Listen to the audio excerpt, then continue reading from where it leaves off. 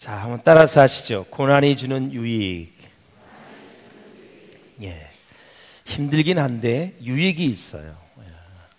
가치가 있어요. 감당할 만해요. 고난은 다양성이 있어서 여러 가지 모습으로 우리 가운데 찾아오지만 사실 불청객이에요. 원하지 않습니다. 그러나 이겨내면 큰 축복이 있어요. 영육간의 복이 있기 때문에 꼭 이길 수 있기를 주의 이름으로 축원합니다. 야고보서를 이제 오늘부터 한 3개월 동안 강의를 하려고 합니다. 여러분, 야고보서에서 주시는 메시지를 잘 받으시고 이 어려운 시대에, 혼탁한 시대에 정말 하나님의 은혜로 꼭 승리할 수 있기를 바라고, 그 메시지를 통해서 힘을 얻고 용기를 가지고 미래를 도전할 수 있는 우리 성도들 다 될 수 있기를 주의 이름으로 축원합니다. 이 야고보서는 그레코 로만 시대의 서신의 그 서두 형식을 그대로 빌렸어요. 발신자, 수신자, 그리고 이제 문안인사, 이 세 가지가 그레코 로만 시대의 서두 형식이고 편지의 형식이다라는 거죠. 그럼 발신자는 오늘 누구일까요? 바로 야고보입니다. 야고보는 예수님의 제자 2명이 있어요. 세베대의 아들 야고보, 알페오의 아들 야고보. 그 야고보가 아닙니다. 오늘 본문에 나오는 야고보는 예수님의 친동생입니다. 자, 오늘 본문에 보면 이 야고보는 예수님을 형이라고 부르지 않습니다. 뭐라고 불러요? 주다. 주는 헬라어로 퀴리어라는 단어예요. 퀴리어. 하나님을 가리키는 극존칭이에요. 그래서 육신으로는 예수님이 형인데 형이라고 부르지 않고 하나님이라고 부르면서 극존칭을 수식을 갖다 붙여서 예수님을 부르고 있는 야고보를 볼 때 그의 믿음이 대단하다는 것을 우리가 볼 수 있습니다. 자, 우리 1절을 한번 읽어보시겠습니다. 1절 시작. 하나님과 주 예수 그리스도의 종 야고보는 흩어져 있는 12지파에게 문안하노라. 아멘. 자, 야고보는 자신을 예수 그리스도의 동생 야고보다 이렇게 얘기하지 않았어요. 바로 하나님과 주 예수의 그리스도의 종 야고보다. 신앙 고백이 확실하지요. 하나님 언급하고 있어요. 주 예수 그리스도. 주님이다, 왕이시다, 예수 이름입니다. 그리스도 메시아입니다. 메시아 대신 예수 그리스도를 왕으로 받드는 바로 야고보다. 내가 그래서 편지를 쓴다, 그런 얘기죠. 사실 이 야고보는 공생의 기간 3년 동안에는 예수님을 메시아로 믿지를 않았어요. 믿음이 없던 거죠. 그래서 형제간에 이런 정말 하나님이 같이 자기 가정에 있어도 믿지를 못했어요. 언제 믿었느냐? 바로 믿음을 갖게 된 것은 부활하신 예수 그리스도를 만난 이후부터 이 야고보 친동생이 예수님을 하나님으로 믿었어요. 한번 고린도전서 보실까요? 15장 7절 시작. 그 후에 야고보에게 보이셨으며 그 후에 모든 사도에게 와 그랬어요. 이 그 후에 누구에게? 야고보에게. 이 야고보가 예수님의 친동생을 얘기하는 거예요. 부활하신 예수님을 보았다. 그 후에 모든 사도에게 와. 그러니까 사도들보다 먼저 친동생 야고보가 부활하신 예수님을 보았다. 성경은 그렇게 증언하고 있어요. 이 야고보는 예루살렘 교회의 지도자였습니다. 당시 최초의 교회가 예루살렘에 있는 예루살렘 교회잖아요. 그래서 교회마다 예루살렘 성전 이렇게 칭호를 하는 교회가 참 많이 있어요. 그래서 예루살렘 회의에서 의장의 역할을 감당했다. 지금으로 치면 각 교단에 총회장이 있는 것처럼 총회장을 영입한 사람이 바로 야고보였다. 그는 열심히 하나님 앞에 봉사하고 복음을 전하고 헌신하다가 AD 주후 62년경에 순교를 했습니다. 이 순교한 야고보가 이제 서신을 편지를 12지파에게 보내고 있는데 이 12지파, 편지를 받는 12지파는 누구를 가리키는가? 당시 로마 제국 어디서든지 예수님을 주님으로 믿는 믿음을 가지고 살아가는 유대교 기독교인, 그러니까 유대인 중에서 예수 그리스도를 주로 믿는 사람들이 바로 편지의 수신자였다. 우리가 예수님을 믿는다고 해서 자동적으로 모든 축복이 주어지는 것이 아니에요. 하나님께서는 우리를 1등석 비행기 좌석에 태워서 천국으로 데려가는 것이 아니라라는 거예요. 하나님께서는 우리를 하나님의 자녀로 삼으신 후에 하나님의 자녀의 모습을 가질 수 있도록 이 세상에서 여러 가지 어려움을 통하여 훈련을 시키십니다. 그래서 예수 믿는 사람들은 믿지 않는 사람들보다 더 많은 훈련과 연단을 받습니다. 왜 그럴까요? 하나님의 자녀이기 때문에 더 받아야 될 훈련들이 있어요.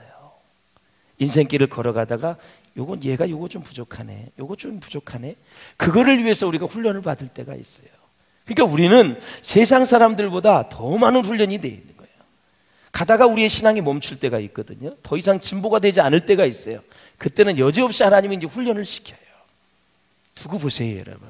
순종에 대한 거, 예배에 대한 거, 감사에 대한 거, 원방 불평에 대한 거, 자녀 주심에 대한 소유권을 삼을 때, 내 것이라고 여길 때 그때 훈련이 들어가요. 이 세상에 다 모든 것은 하나님의 것이에요. 믿습니까, 여러분?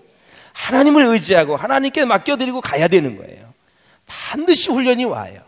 그것이 질병이든 교통사고든 재앙이든 어떤 모습이든 밤을 잠을 못 자든 어떤 모양으로도 훈련이 오게 돼 있어요.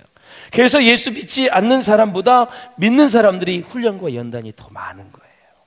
그런데 이길 수 있다라는 거죠. 오늘 본문에는 그걸 뭐라 그래요? 믿음이다, 그렇게 얘기하는 거예요. 믿음이다, 믿음이다. 예. 야, 애기 소리가 들리네. 예, 누가 울고 있나 보다 지금. 예? 사랑하는 여러분, 그래서 야고보 이 기자는 대단히 경건해서 기도를 많이 했는데 그의 별명이 있어요. 너무나 기도를 많이 했어요. 낙타 무릎이다. 저는 저와 여러분이 하나님 앞에 기도하면서 하는 낙타 무릎이 될 수 있기를 주의 이름으로 축원합니다. 예, 할렐루야. 그래서 이 야고보가 여러 곳에 흩어져서 신앙생활하고 있는 그리스도인들의 편지를 보냈는데, 너에게 어려움이나 환난이 닥쳐왔을 때 믿음으로 이길 수 있다라고 가르쳐주는 거예요. 그래서 시련이 왔을 때, 고난이 왔을 때 너희들이 지금 훈련받은 그 믿음을 가지고 그 고난과 어려움을 이길 수 있다. 그 고난을 이길 수 있는 그 비결이 바로 믿음이다, 이렇게 얘기하는 거예요. 우리 인생의 여정에 보면 내 소원대로 안 될 때가 있어요. 건강한 사람이 병들 때가 있습니다. 사업이 잘 나가다가 무너질 때도 있어요. 뜻하지 않게 지진과 같은 천재부진이 생길 때 우리는 시험을 당합니다. 시련을 당하기도 해요. 그렇게 얘기합니다. 자, 사랑하는 여러분, 설교를 듣기 전에 용어를 한번 정리할게요. 성경에서 시험은 아브라함에게 주셨던 시험, 더 큰 복을 주시기 위해서 믿음을 요구하는 시험이에요. 이건 통과하기만 하면 대박이에요. 두 번째, 유혹이 있습니다. 마귀가 주는 것입니다. 마귀가 주는 것은 예수 그리스도의 이름으로, 말씀의 권능으로 이기면 되는 거예요. 셋째, 나와 상관없는 외부 환경에 시련이 있습니다. 마치 트리기에 일어난 지진처럼 나와 상관없이 외부적인 환경에서 오는 것을 트라이얼, 시련이라 그래요. 마귀가 주는 것을 템테이션, 유혹이라 그래요. 그리고 하나님이 주시는 것을 테스팅, 바로 시험이다, 이렇게 얘기를 하는 거죠. 그래서 이 세 가지를 잘 구분해서 우리는 대처를 해야 된다라는 거죠. 사랑하는 여러분, 사실은 병보다도 더 중요한 것이 뭐냐? 건강한 것이 더 큰 시험이다 이거예요. 왜 그럴까? 여러분, 병든 사람은 큰 죄를 짓지 않습니다. 조지 폭스가 무슨 얘기를 했냐면, 유명한 명언을 했는데, 사탄도 병이 들면 천사가 될 수 있다. 사람이 병이 오게 되면 병원에서 치료를 받고 더 이상 큰 죄를 짓지 않습니다. 자기 자신을 돌아보게 되죠. 밤중에 고통이 심할 때 죄 짓는 사람 없어요. 아파, 치통, 귀, 눈, 몸 다 통증이 올 때 죄 짓는 사람 없어요. 아픈 거죠. 아프면서 내 자신을 돌아보는 거죠. 도대체 뭐 때문에 이렇게 아플까 하면서 돌아보지. 그래서 건강할 때가 훨씬 더 큰 시험이다라는 거죠. 사업이 잘 되어서 수익을 얻었느냐, 손해를 봤느냐 하는 것도 마찬가지입니다. 당연히 손해를 보는 것이 시험이겠지요. 그러나 사실은 그렇지가 않습니다. 다른 하나님의 관점에서 보면 사업이 잘 되는 것이 시험입니다. 함정입니다. 실패냐 성공이냐도 마찬가지입니다. 우리는 누구나 자기 주관적인 견지에 따라서 실패와 성공을 나누고 있거든요. 그래서 성공은 축복이다 말하고 실패는 시련이라고 말하는 거예요. 맞습니다. 그러나 여러분, 다른 관점에서 보면 성공이 더 큰 무서운 시험입니다. 신앙이 무엇입니까, 여러분? 그래서 신앙은 시험을 시련으로 바꾸는 것입니다. 넓게 말해서 하나님이 주시는 시련이나 마귀가 주는 유혹이나 많은 것들을 시련으로 바꾸는 것입니다. 그래서 모든 시험을 나를 향한 시련으로 그 의미를 바꾸어가는 것이 바로 신앙생활이다. 할렐루야. 그래서 믿음을 가지고 살아가는 신앙인으로 눈으로 볼 때 시험은 단 하나도 없습니다. 왜? 믿음은 다 이기기 때문에 그렇습니다. 다 이기기 때문에. 단지 시련이 있을 뿐입니다. 고통이 있어요. 그러나 반드시 믿음으로 승리한다. 그래서 신앙인의 눈은 시험은 단 하나도 없다라는 거죠. 믿음이 부족해서 시험에 계속 걸리는 거고, 시험이 지속이 되는 것이 시련으로 딱 바뀌게 되면 그때는 시험에서 벗어나게 되는 것입니다. 할렐루야. 그래서 야고보 기자는 뭐라 그랬는지 2절을 한번 읽어보세요. 시작. 내 형제들아, 너희가 여러 가지 시험을 만나거든 온전히 기쁘게 여기라. 아멘. 여러 가지 시험은 바로 다양성을 얘기하는 거예요. 사람마다 다 힘든 게 달라요. 다 달라요. 처지에 따라서. 처지는 다르지만 시험은 다양하지만 시험을 만나거든 혹시 불청객으로 나를 찾아왔거든 온전히 기쁘게 여기라 그랬어요. 예수 믿는 사람들에게도 여러 가지 시험이 옵니다. 그런 다양한 시험을 만날 때 슬퍼하거나 낙심하지 말고 온전히 기쁘게 여기라.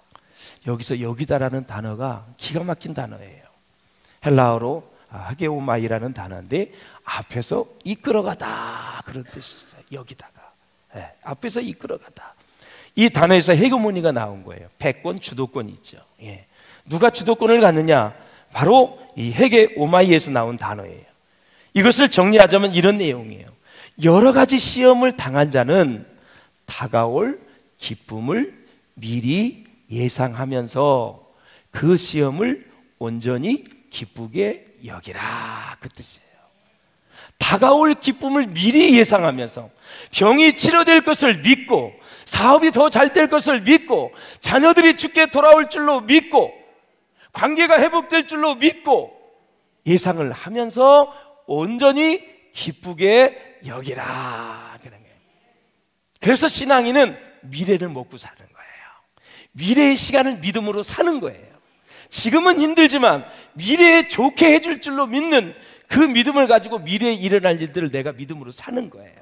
그걸 못 사는 사람들은 지금 현재에서 죽는 거예요. 현재에서 낭망하는 거예요. 현재에서 끝나는 거예요. 믿음으로 살 수 있기를 주의 이름으로 축원합니다. 미래의 시간을 사는 거예요.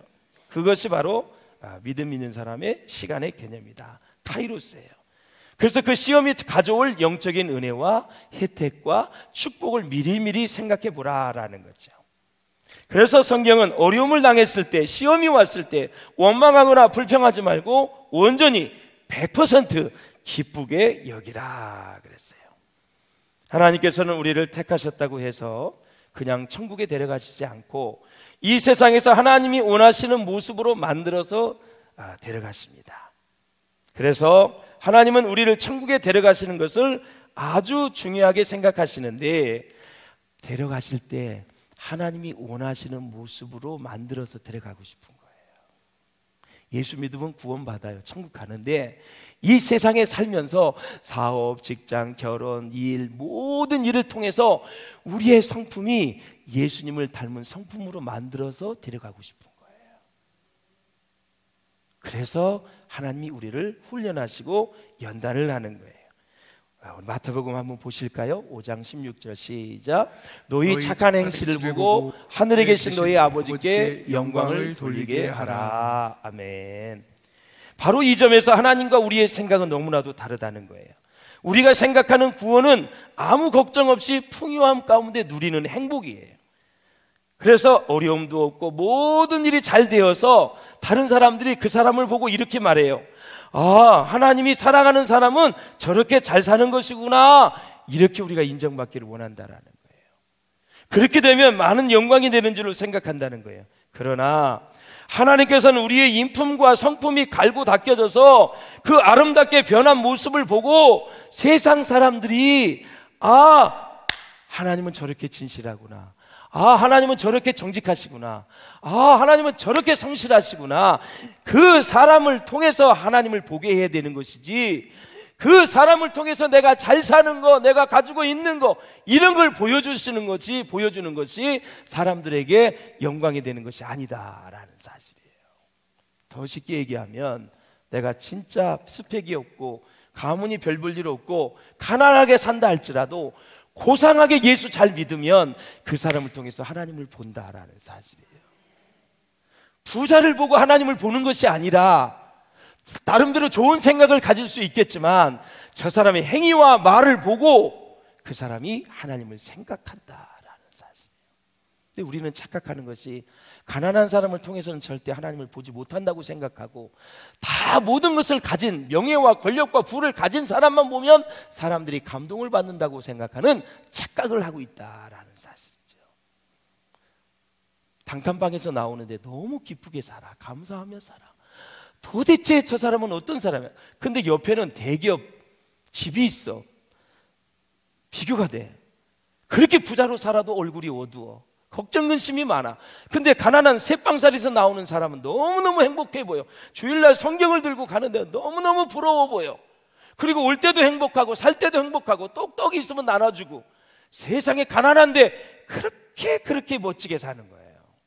그런 사람들을 보고 하나님이 그 사람을 보고 하나님을 만천하에 드러낸다라는 사실이에요. 할렐루야. 그럼 우리가 100달러에서 3만 달러가 넘었는데 왜 하나님이 안 보일까? 그럼 그런 논리라면, 그렇게 부유하게 산다면 그 부유함을 통해서 하나님을 봐야 되는데 왜 3만 달러가 넘는데 하나님은 더 보이지 않고 기독교는 욕을 먹고 있을까? 그게 어디에서 나온 것일까? 우리 신앙을 뜯어 고쳐야 된다는 사실이에요.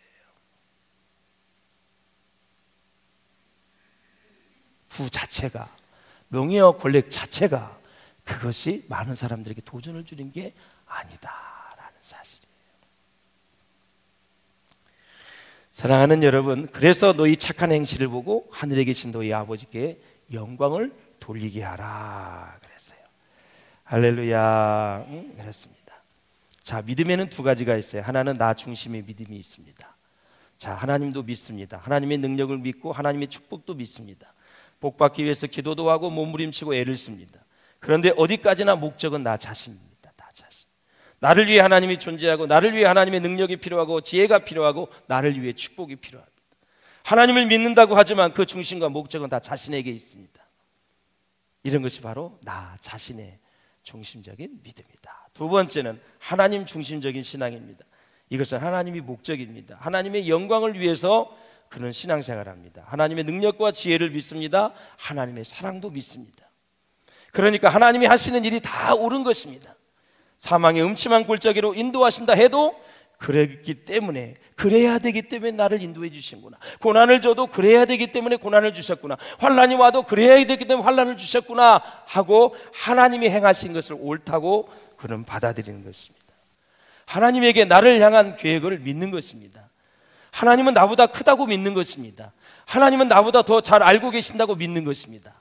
나를 나보다 더 잘 알고 계시다고 믿기 때문에 그 하나님을 믿는 그런 신앙이 바로 하나님 중심적인 신앙이다. 마지막으로 우리 3, 4절 읽고 정리해 보겠습니다. 시작. 이는 너희의 믿음의 시련이 인내를 만들어내는 줄 너희가 알미라. 아멘. 인내를 온전히 이루라. 이는 너희로 온전하고 구비하여 조금도 부족함이 없게 하려 함이라. 아멘. 자, 한 가지 고민이 있습니다. 자, 어려움이 오지 않으면, 그렇다면 우리는 변하지 않을까? 고난이 없으면 우리는 변하지 않을까? 결코 그렇지 않습니다. 되게 많은 분들은 하나님의 말씀을 듣고 또 미리 그 욕심을 포기함으로 불필요한 고난을 받지 않는 분들도 많이 있습니다. 이런 분들은 그야말로 예수님이 말씀하신 좋은 밭에 해당되는 분입니다. 순종 잘해, 예배 잘 드려, 성령의 음성을 듣고 고난 중에서도 감사해, 사역에 감사해, 비교하지 않아, 모든 일에 하나님의 비유에 착착 맞추는 것입니다. 그러면 많은 고난을 피해갈 수 있습니다. 그런데 이런 사람이라 할지라도 성경에서는 이제 씨가 제대로 결신하기 위해서는 씨가 자라 열매를 맺고 또 추수할 때까지는 비바람이 불을 때가 있다 했죠.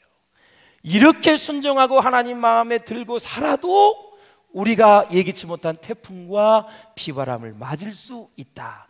그러니 인생은 편하게 산다려고 아예 생각을 하지 말라 이거죠. 그 어려움 중에서도, 그 고난 중에서도 하나님이 주시는 유익을, 축복을 기대하며 계속해서 믿음을 하나님의 초점에 맞추라라는 사실이에요. 할렐루야. 이게 바로 핵심 중에 핵심이다라는 것입니다. 그렇기 때문에 이 믿음의 시련이 올 때 그 시련의 마지막 결정이 믿음에 있다는 거, 믿음을 통해서 기적을 이룬다는 거. 그래서 성공이냐 실패냐, 돈을 벌었느냐 못 벌었느냐 이걸 묻지 말라는 거예요. 중요한 것은 믿음이다. 이것을 통해서 내가 믿음을 얻었느냐 믿음을 잃었느냐를 물어야 한다라는 것이에요. 그래서 가장 중요한 게 믿음이다. 생명을 좌우지하는 것도 믿음이고, 우리의 평안의 근본도 믿음이고, 우리의 행복의 기본도 믿음이다. 정리를 하자면 모든 일을 통해서 믿음을 얻었으면 그것이 시련이고, 믿음을 잃어버렸으면 시험이 된다라는 거죠. 자, 큰 고난이 왔어요. 고난 중에서도 믿음을 지켰으면 그건 시련이로, 그리고 작은 것이라도 그것을 믿음을 지키지 못했다면 그 사람은 시험에 지금 들고 있다라는 사실이에요. 여러분, 지금 믿음이 없어서 시련이 되지 못한 사람들, 지금 시험이 계속 진행되는 사람이 누가 있습니까? 마음이 불편하고 아직도 열정이 안 일어나고 아직도 주님을 향한 헌신의 자세가 되어 있지 않으면 그 시험은 지금 내 안에서 계속 진행 중에 있는 거예요. 벗어날 수 있기를 주의 이름으로 축원합니다. 벗어났어요. 아무리 작은 것이라도 아직도 그 믿음이 준비되지 않았다면, 그것이 실현으로 바뀌지 않았다면 아직도 그 진행 중인 것입니다. 언제까지 그걸 갖고 있려고 그래요? 뼈다귀는 울고서 먹으면 고소하기더라 하죠. 시험은 묵히면 여러분 영이 죽는 것입니다. 반드시 죽게 되어 있습니다. 믿음으로 승리할 수 있기를 주님의 이름으로 축원을 드립니다. 그래서 사람은 있으나 없으나 믿음이 없으면 시험이 오는 거고, 있으나 없으나 믿음이 떠나가면 그 사람은 하나님을 제대로 섬길 수 없다라는 것이 구약에서 우리에게 보여주는 놀라운 메시지예요. 사랑하는 여러분, 부함을 자랑하지 말고 겸손하시기를 바라고, 가난한 사람은 억울한 생각을 갖지 마시고 하나님 앞에 감사함으로 나아갈 때 하나님께서 여러분에게 놀라운 은혜를 주실 줄로 믿습니다. 이스라엘 백성이 가데스 바네아에서 이제 갑으로 가나안 땅에 들어가야 되는, 못 들어갔어요. 정탐꾼을 보냈어요. 믿음을 아주 부정적으로 보고합니다. 우리는 갈 수가 없습니다. 워낙 큰 민족이 있습니다. 믿음이 바닥이 났어요. 예수님이 보고를, 모세가 다 보고를 드렸죠. 하나님이 결정을 내립니다. 뒤로 돌아, 광야로 돌아가라 했어요. 40년 동안 뺑뺑이를 돌립니다. 믿음이 없어서 그렇게 된 것입니다. 사랑하는 여러분, 바른 믿음이 그렇게 중요한 거예요. 나한테 시험이 있다는 것은 아직 살아있다는 놀라운 긍정적인 신호입니다. 너 뭐 먹고 싶어? 그랬을 때 사람이 세 가지를 대면 건강한 사람이고, 한 가지를 대면 죽음이 가까운 사람이라 그래요. 그리고 물어볼 때는 세 가지 이상을 대야 돼. 사랑하는 여러분, 시험도 마찬가지예요. 다양하게 옵니다.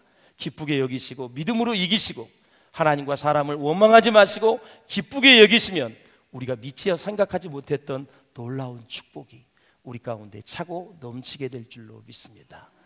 정말 바른 믿음, 그 믿음을 가지고 여러분 이 세상에 어떤 것도 시험이 되지 마시고 시련으로 만들어서 시련 가운데 하나님이 일하심을 보고 하나님의 축복을 많이 받는 우리 모든 성도들이 될 수 있기를 주의 이름으로 축원합니다.